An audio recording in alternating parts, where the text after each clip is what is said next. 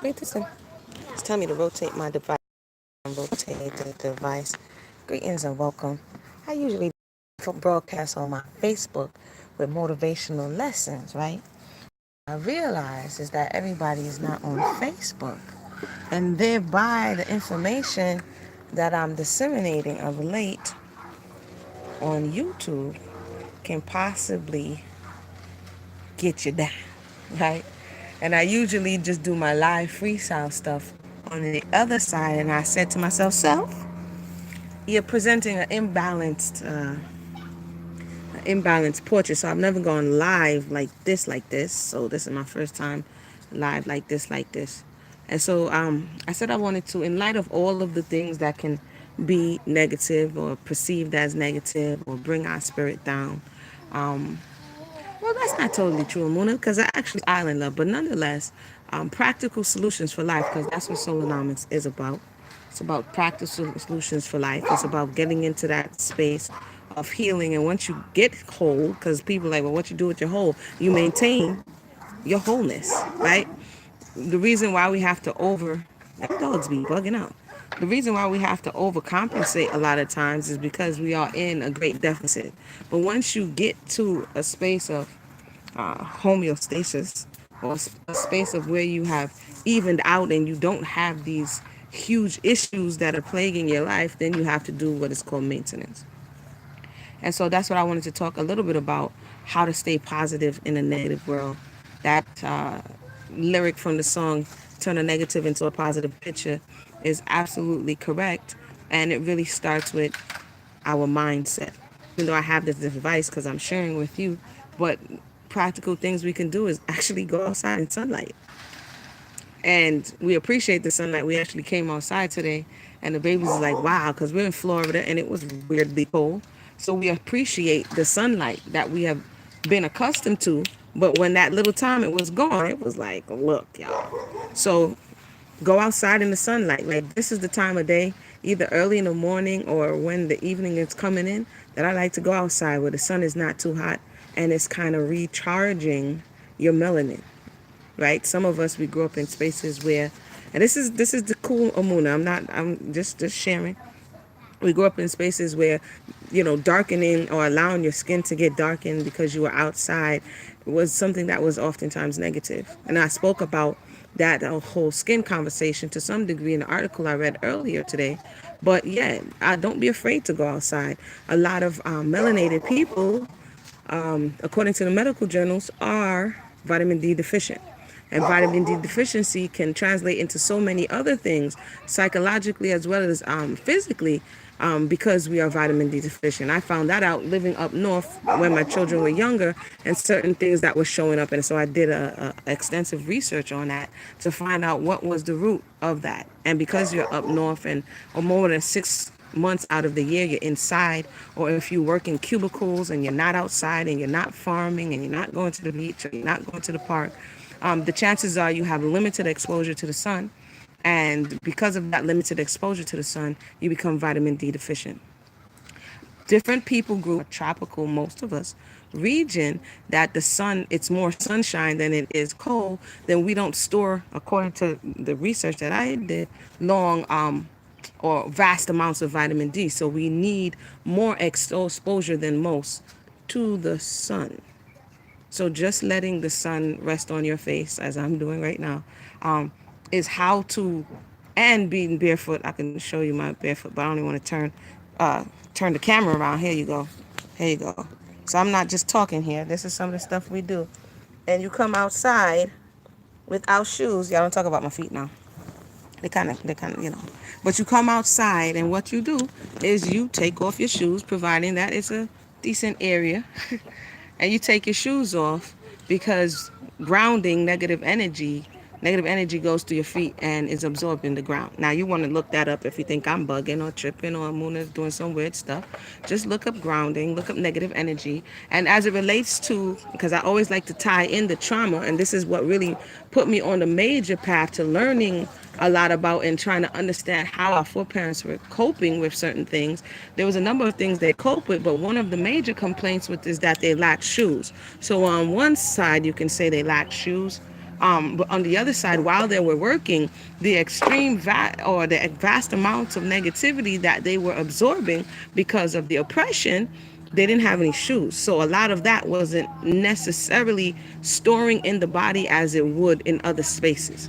And so some of that went through their feet bottoms, and some of it went out in music and their love and affinity to expressing themselves in songs. Sometimes the oppressors would be so away to stay positive. I'm giving you in conversation ways in which to stay positive in a negative world. And that is to allow the energy not to be trapped in you. These are the things I'm giving you. And I'm leaning up against the wall of the house because the phone, I realized the battery is dying. So that's why y'all see me posting. I look like I'm posting, right? So, you go outside. So we're outside. And you cop a seat and you sit down and you chill out and you watch the birds and you observe the butterflies and you observe creation, and that is therapeutic. Um, That is therapeutic. So these are some of the very therapeutic ways I would. One of the world. Some people don't like it, but I happen to love it because we live close to water. I happen to love going towards water. Like the minute I see water, like a vast body of water, the ocean, and we also have a river. Like it feels like it just takes all the stress away. So these are natural therapeutic ways that are like practical things you can do. I go into spiritual things and I go into emotional things, but these are just physical things that you can do or begin to do if you're not already doing to stay positive in a negative world. Unplug for a minute, get in touch with your own thoughts.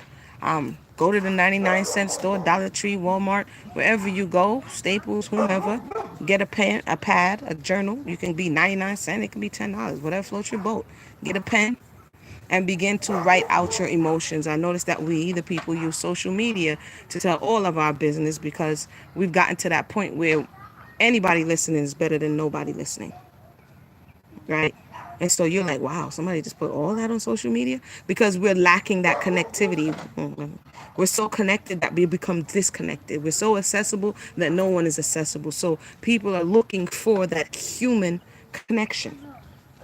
Hugs also are a way to discharge our pent up energy, not in any type of sexual way, but hugs release certain chemicals within us that warm us up. Sometimes people just need a hug. They may be stressing, and if you notice, if somebody's really stressed and tripping or whatever, and providing they're not violent, and you give them a hug, it soothes them. That's providing your energy is clean too. But you give them a hug, it soothes them. It's like the hug is the embrace that allows you to know you're okay. A lot of times, this this negativity makes us feel that we are alone or we're separated and from everyone else and everywhere else, and we don't know how to deal and how to cope with that. And so, learning or relearning how to connect with real people, socially antisocial. So some of us are extremely sociable on social media, but when you see us in real life, we're unapproachable and we're unsociable. And that's the facade that we're projecting to the world, so that they will like who they perceive us to be, but because they don't really know us, then we don't have to deal with the nastiness that may be in us. So staying positive in a negative world has a lot to do with, like I said to those who just joined me, I usually do these type of posts on Facebook, but I realize a lot of people are not. I have those who have heard me and seen me, and I can possibly do a whole excavation process of them from over there to over here, but nah, not right now. So I said, let me try this live thing on YouTube. Lastly, I had this whole long conversation with my young daughter who is battling the self right now, right? And she's 11 and she's battling the self and teaching her. Look at my other daughter looking at me like, mommy, who you talking about? I'm not talking about you. She's like, all right, you good, you good. So, and see, my son left me. Hold on. My son left, and if I move to, I might move around for y'all real quick. Hold on. Because I'm at 10 minutes, so I'm not going to stay long. We're going to come back and read Coming of Age in Mississippi after I put on this rice. But anywho, see, the sun is dropping on me. And so, lastly, there we go. There we go. There we go. There we go. Um, lastly, not lastly, but another tip is to learn to be thankful. I know it's so simple, It's very simple. We can wake up in the morning and begin to complain about all the things we don't have, wish we had, or we can wake up in the morning and, first of all, give thanks. Give thanks to the Creator for another day of life. The simple act of gratitude is showing, is giving.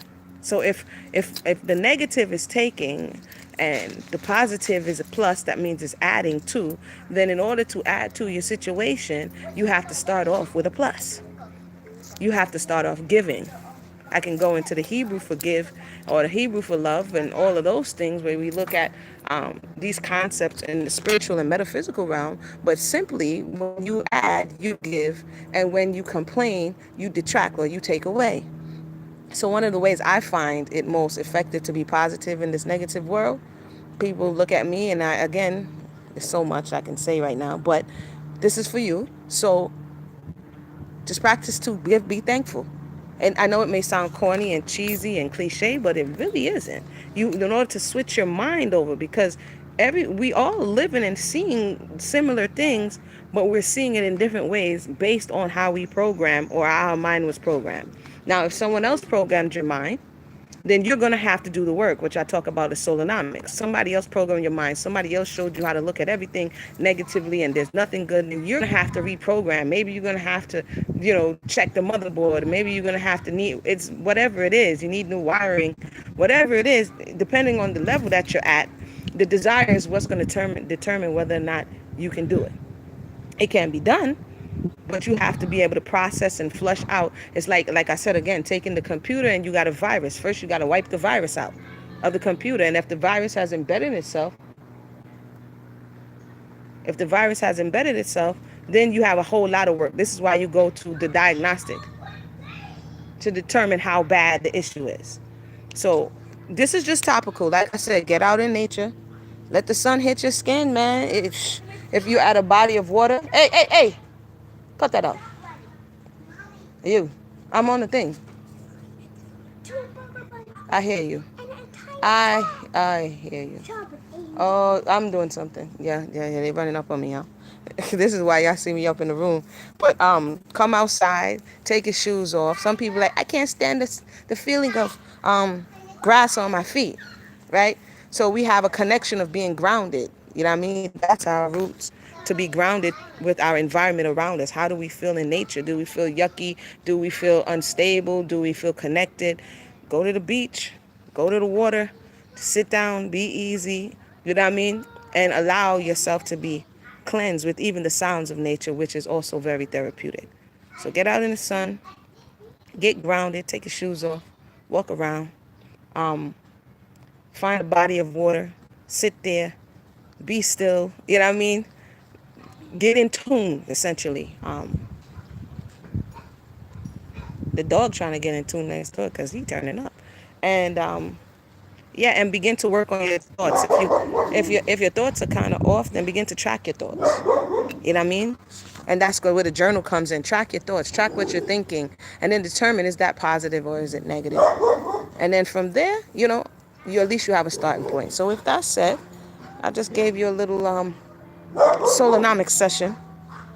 Sometimes we talk about everything else that's going on around us, because I feel that what I've learned is people are more readily available to talk about what's going on around them than to talk about what's going on inside of them. So sometimes the conversation starter is to identify what's going on outside so that we can have an opportunity to evaluate ourselves inside.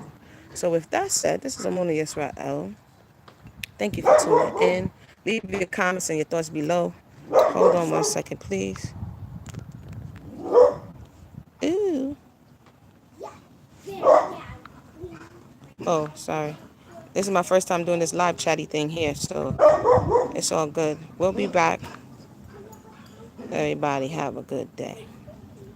Now, how did I turn it off? It's a question. I guess I